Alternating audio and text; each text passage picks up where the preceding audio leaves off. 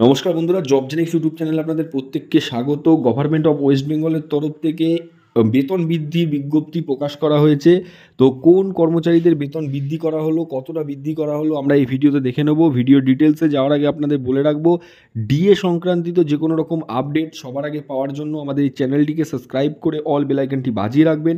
ভিডিওটি লাইক করে বন্ধুদের মাঝখানে শেয়ার করে দেবেন। দেখতে পাচ্ছেন গভর্নমেন্ট অফ ওয়েস্ট বেঙ্গলের তরফ থেকে ফিনান্স ডিপার্টমেন্টের তরফ থেকে এই নোটিশটি দেওয়া হয়েছে 14/11/2024 কিন্তু, অর্থাৎ একদিন আগেই কিন্তু এই নোটিশটা দেওয়া হয়েছে। In team of finance department memo number এত ডেট 27/11/2017। এখানে দেখছেন পার্ট টাইম কর্মবন্ধু পেড আউট কত পেতেন, তারা 3,000 টাকা করে পেতেন। অর্থাৎ এক্ষেত্রে 1/1/2018 থেকে কর্মবন্ধু যারা কাজ করছেন, যারা কর্মরত, তারা কিন্তু 3,000 টাকা করে বেতন পেতেন। তাদের বৃদ্ধি করে কতটা করা হলো নিচের দিকে দেখতে পাচ্ছেন। এখানে কর্মবন্ধু প্রকল্পে government of West Bengal salary বৃদ্ধি করেছে, সেটা বৃদ্ধি করে 5,000 টাকা করা হলো। অর্থাৎ পার্ট টাইম কর্মবন্ধুদের স্যালারি 5,000 টাকা করা হয়েছে।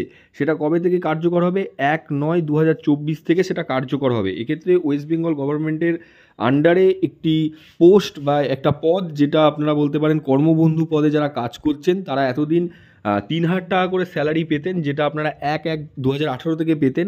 সেটা কিন্তু 1/9/2024 থেকে সেটা 5,000 টাকা করা হলো, অর্থাৎ 2,000 টাকা বেতন বৃদ্ধি করা হলো। দেখতে পেলেন একটি গুরুত্বপূর্ণ পদক্ষেপ ওয়েস্ট বেঙ্গল গভর্নমেন্টের তরফ থেকে ভিডিওর মাধ্যমে আপনাদের কাছে তুলে ধরলাম। অবশ্যই ভিডিওটি লাইক করে বন্ধুদের মাঝখানে শেয়ার করে দেবেন।